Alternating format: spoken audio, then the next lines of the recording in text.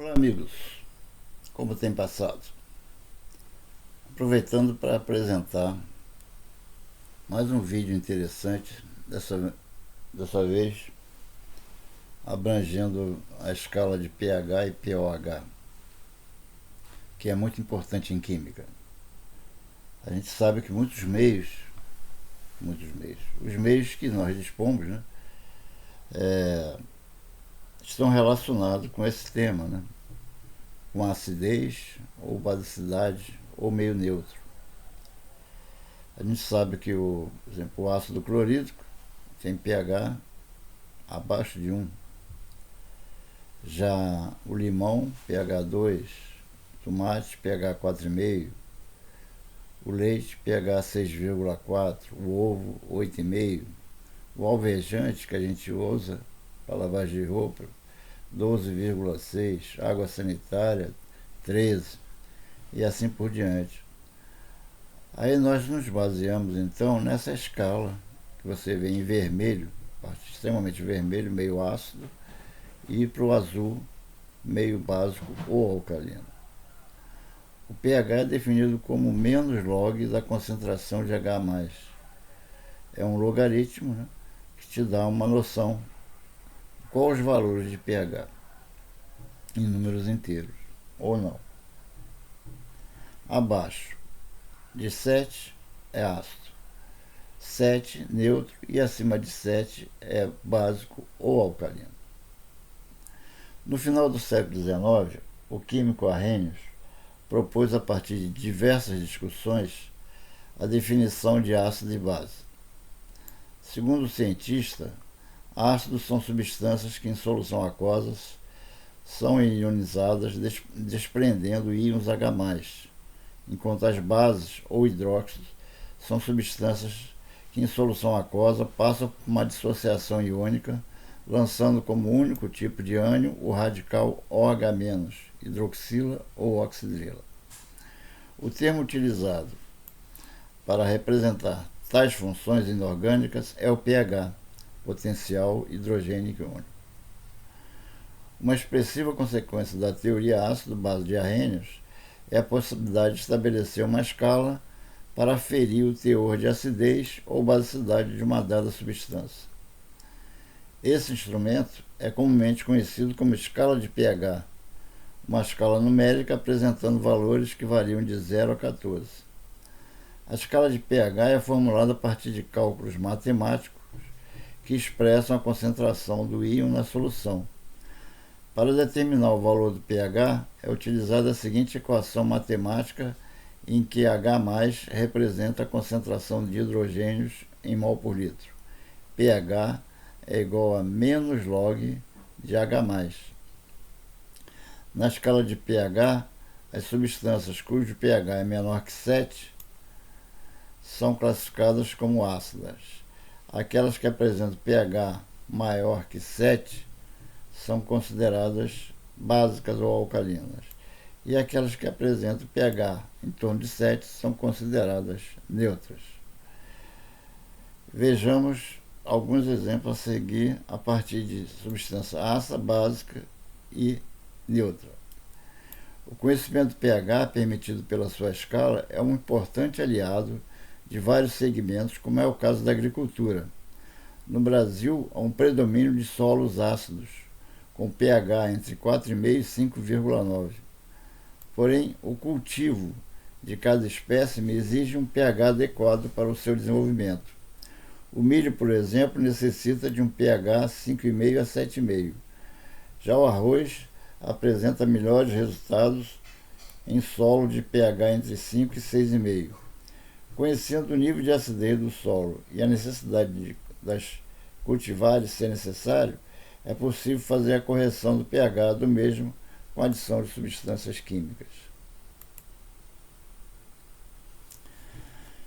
Pelo fato de uma solução aquosa sempre apresentar os íons hidrônio e hidróxidos, as siglas pH e pOH podem ser utilizadas isoladamente ou em conjunto, mas sempre indicam o caráter ácido ou básico de uma solução.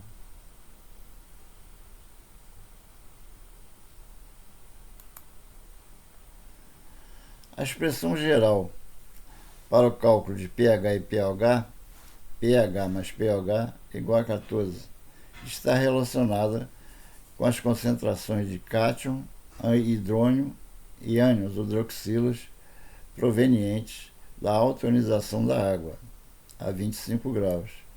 Essas concentrações apresentam o mesmo valor, 10 a menos 7 mol por litro. Logo, o produto iônico H3 ou mais vezes OH- será 10 elevado a menos 14. pH maior que 7 indica que a concentração de cátions hidrônio é menor que a concentração de íons hidróxido na solução. Por isso, a solução é considerada básica. pH igual a 7 indica que a concentração de cátions hidrônio e de ânions hidróxido na solução são iguais, por isso a solução é considerada neutra.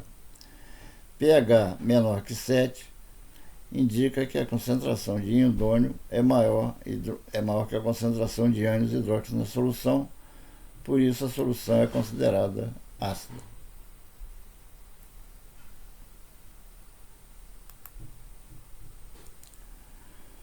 O refluxo, que pode se apresentar sob as formas de refluxo gástrico, refluxo esofágico e refluxo das vias aéreas, é considerado uma doença de alta prevalência e também uma epidemia.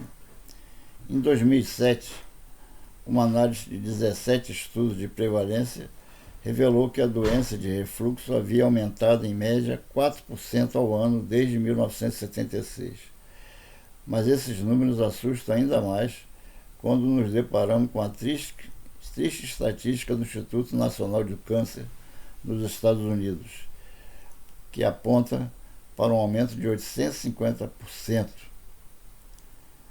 nos casos de câncer de esôfago naquele país nos últimos 30 anos. Estima-se que aproximadamente 50% dos brasileiros sofrem de refluxo, uma doença não somente incômoda, mas também cara e de tratamento muitas vezes demoradas. Também conhecida como doença do refluxo gastroesofágico, DRGE, a doença de refluxo ácido é uma irritação crônica do revestimento do estômago pelo ácido do estômago. Geralmente é apenas irritante, mas a DRGE pode, no entanto, ter consequências graves, incluindo esofagite e esôfago de Barré. O esôfago de Barré é uma condição que aumenta a possibilidade de câncer no estômago.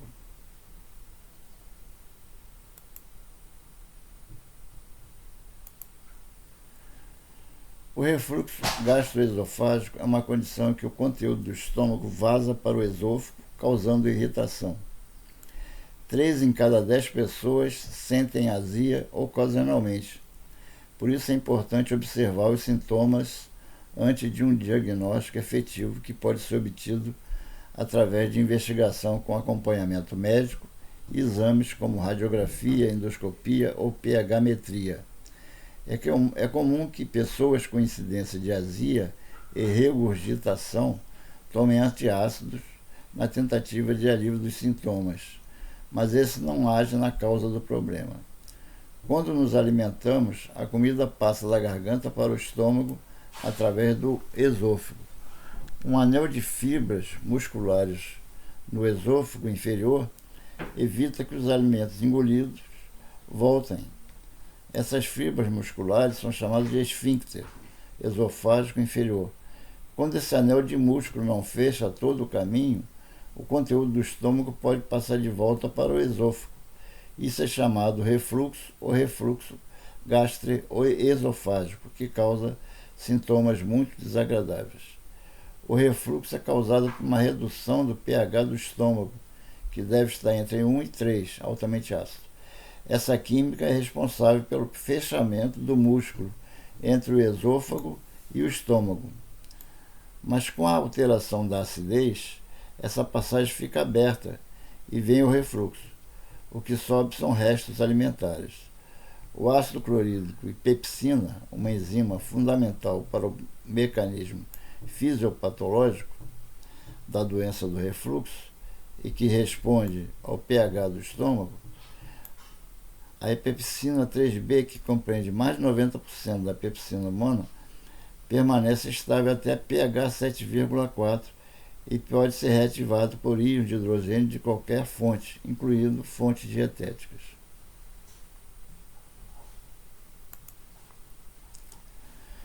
Jane A. Kaufman é médica e pesquisadora nos campos de laringologia, refluxo ácido e voz há mais de 25 anos em Nova York. E Nick Johnson é PhD, professora e pesquisadora da Universidade de Medicina de Wisconsin. As duas cientistas são responsáveis pelo estudo que indica que a água alcalina pode ter um papel muito importante na desativação da pepsina. A pesquisa publicada no Anal de Otologia, Rinologia e Laringologia descreveu os testes laboratoriais realizados para determinar se a pepsina humana pode ser inativada com a ingestão de água alcalina. Além disso, a capacidade de tamponamento da água alcalina foi medida e comparada com águas engarrafadas mais populares que variam geralmente entre pH 6,4 e 7,6. As doutoras Kaufman e Johnson foram as primeiras a sugerir uma relação entre a epidemia de refluxo câncer e o excesso de ácido na dieta americana. Desde 1973, todos os alimentos e bebidas engarrafados e enlatados, exceto a água, são obrigados por lei a ter um pH menor que 4,6 e a maioria está bem abaixo do 4,4. As pesquisadoras se basearam em 3 protocolos de pesquisa alcalina relacionada à água: o impacto da água alcalina sobre os resultados terapêuticos, sintomas e achados em pacientes com refluxo, o impacto do consumo de água alcalina nos episódios de refluxo em tempo real avaliado durante o estudo de monitoração do pH, e um estudo longitudinal do impacto da supressão ácida com uma dieta de baixa acidez e pH acima de 8,8 de água alcalina em 20 pacientes com esôfago de Barré comprovado por biópsia. Os resultados mostraram que a água alcalina de pH 8,8 conseguiu inativar irreversivelmente a pepsina humana. Os testes também apontaram para a capacidade muito maior de agir como um tampão do ácido clorídrico, muito superior ao das águas de pH convencional.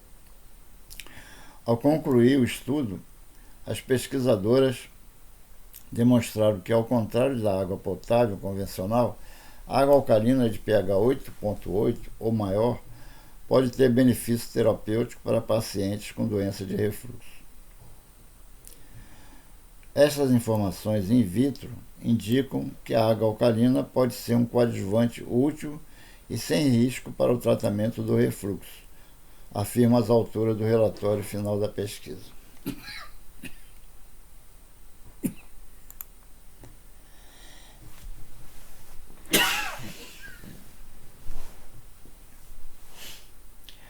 A ação da água alcalina no organismo é diferente de águas minerais comuns e mais ainda as gasosas, que têm pH em torno de 4, considerado ácido.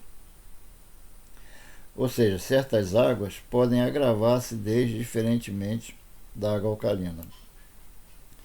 Quem sofre de refluxo, além de trocar água mineral pela alcalina, deve mudar alguns hábitos comuns na dieta. Refrigerantes, café, açúcar, alimentos processados, frituras e bebidas alcoólicas devem ser evitados ao máximo. Para alcalinizar o organismo, prefira aderir ao suco verde, às hortaliças e frutas em abundância, sem se esquecer do limão e da água de coco. O chá de hortelã também é uma boa alternativa.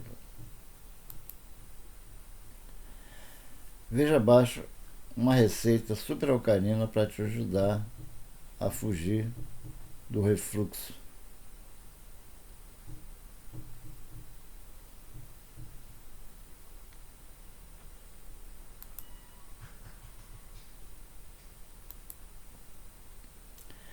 Então, meus obrigado pela assistência. Espero que tenham gostado.